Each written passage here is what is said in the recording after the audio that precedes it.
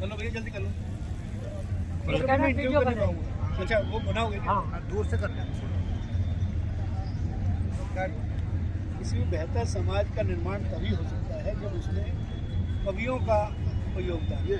अभी जो कवि जो होता है वो एक साहित्य व्यक्ति होता है, कहीं ना कहीं वो संस्कृति इसको बढ़ावा देता है। मैं इस समय नोएडा में मौजूद हूँ।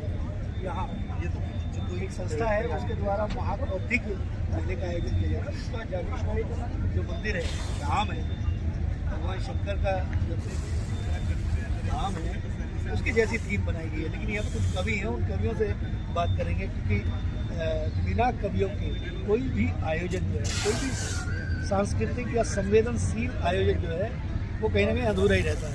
तो कुछ कवि हैं सर, ये जो महात्मा आज आकर आपने क्या मैसेज अपनी भाषा में हंसो भाई की धार फिर सुनो मन करो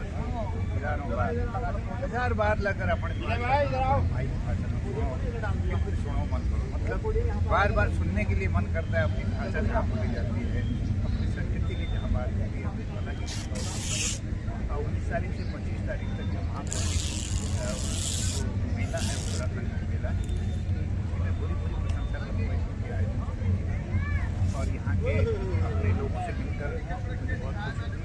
मैं गरुड़ बागेश्वर उत्तराखंड से इस मेले में आप सबके सानिध्य को पाकर बहुत ही हर्षित हूँ।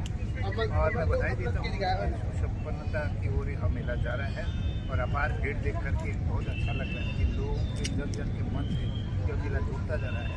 और यह 15वां मेला है जो पूर्णतः यहाँ के लोगों के आपसी सौहार्द से और इसको एक संगठित प्रयास से इसको सुंदर बनाने का जो प्रयास हो रहा है। आप एक कविता सुना रहे थे, तो मैं उसको जितना समझ पा रहा था कि जो पर्वत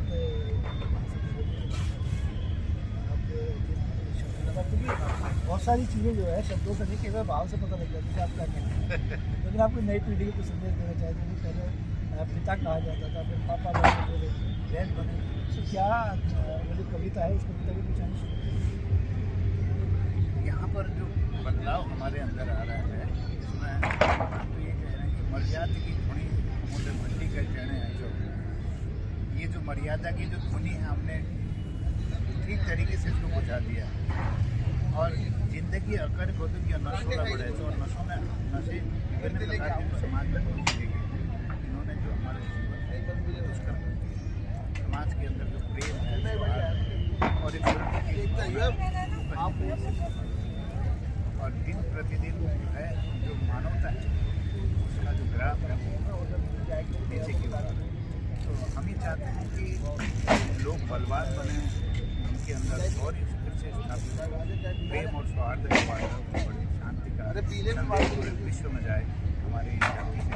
तो यही मैं कहना चाहता हूँ कि हमें नशे से दूर रहना चाहिए और हमेशा प्रगति की ओर आगे बढ़ना चाहिए, अपनी मर्यादा को और अपने जो बुजुर्ग हैं उनका सम्मान करते हुए इस समाज की जो चेतना है इसको जागृत करने के लिए अपने अपने स्तर से अपने कर्तव्य का पालन करना चाहिए।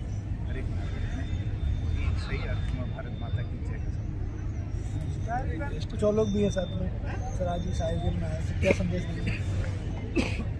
मैं महाकौशिक के इस कवि सम्मेलन में आमंत्रित था एक गढ़वाली कवि के रूप में और राजेंद्र चौहान जी ने ये महाकौशिक का बहुत ही अच्छा आयोजन किया है। मेरा नाम रमेश चंद्र घियाल है और इस कवि सम्मेलन की अध्यक्षता करने का सौभाग्य मुझे प्राप्त हुआ। तो अब मैं गढ़वाली भाषा में बोलूँ क्योंकि मेरी अपनी मातृभाषा था।